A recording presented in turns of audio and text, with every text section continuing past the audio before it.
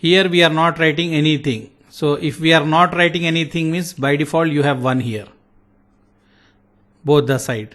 So if I put here 10, then AD value will increase of this one, and this route will be removed from the routing table. Only this route will be present in the routing table. And if anything go wrong to this interface, example, if this interface go anything wrong, or we can say if this link go down, automatically this route will come in the routing table. Automatically that route, whatever route is not present, automatically when this route is removed from the routing table, this route will come here. What we can say, if you want to use the static route as a backup route, we have to change its AD value. Example, this is a static route, this is also a static route. I want to keep this static route as a backup route, so I can increase the AD value here. I can put 10. So this route will not come in the routing table. If anything go wrong here, then only this route will be come in the routing table. We need to verify that one. So now what I will do here, first of all I will remove this route. Okay. So how I will remove? First I need to remove this route. So I will copy here. I will go here in the global configuration mode. I will write no and then I will paste that one. I remove that one now. Now I will paste again. I want to add, but I want to increase the AD value. You can press the question mark and check here. You can mention the multicast or you have other option, but now we need to focus on this one. You can increase the AD value. So instead of that 1, I will give 10 here. Okay, I configure 10.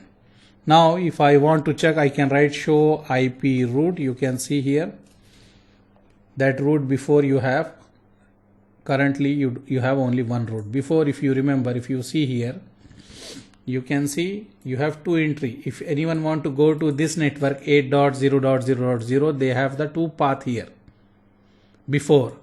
But now if you see, you have only one. Why? Because I increased the AD value of that one. If you want, you can write show run and you can check here. When you write show run, you can see here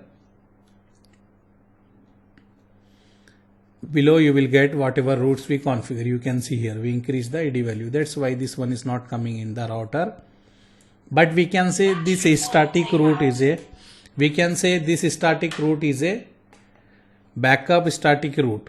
If anything go wrong with the above one, the below one will start working. So now we can check that one. What I will do here, I will make one interface down. Imagine this link go down, the above one. So I will make that interface down. I will go in the global configuration mode. I will write interface E0 by 0.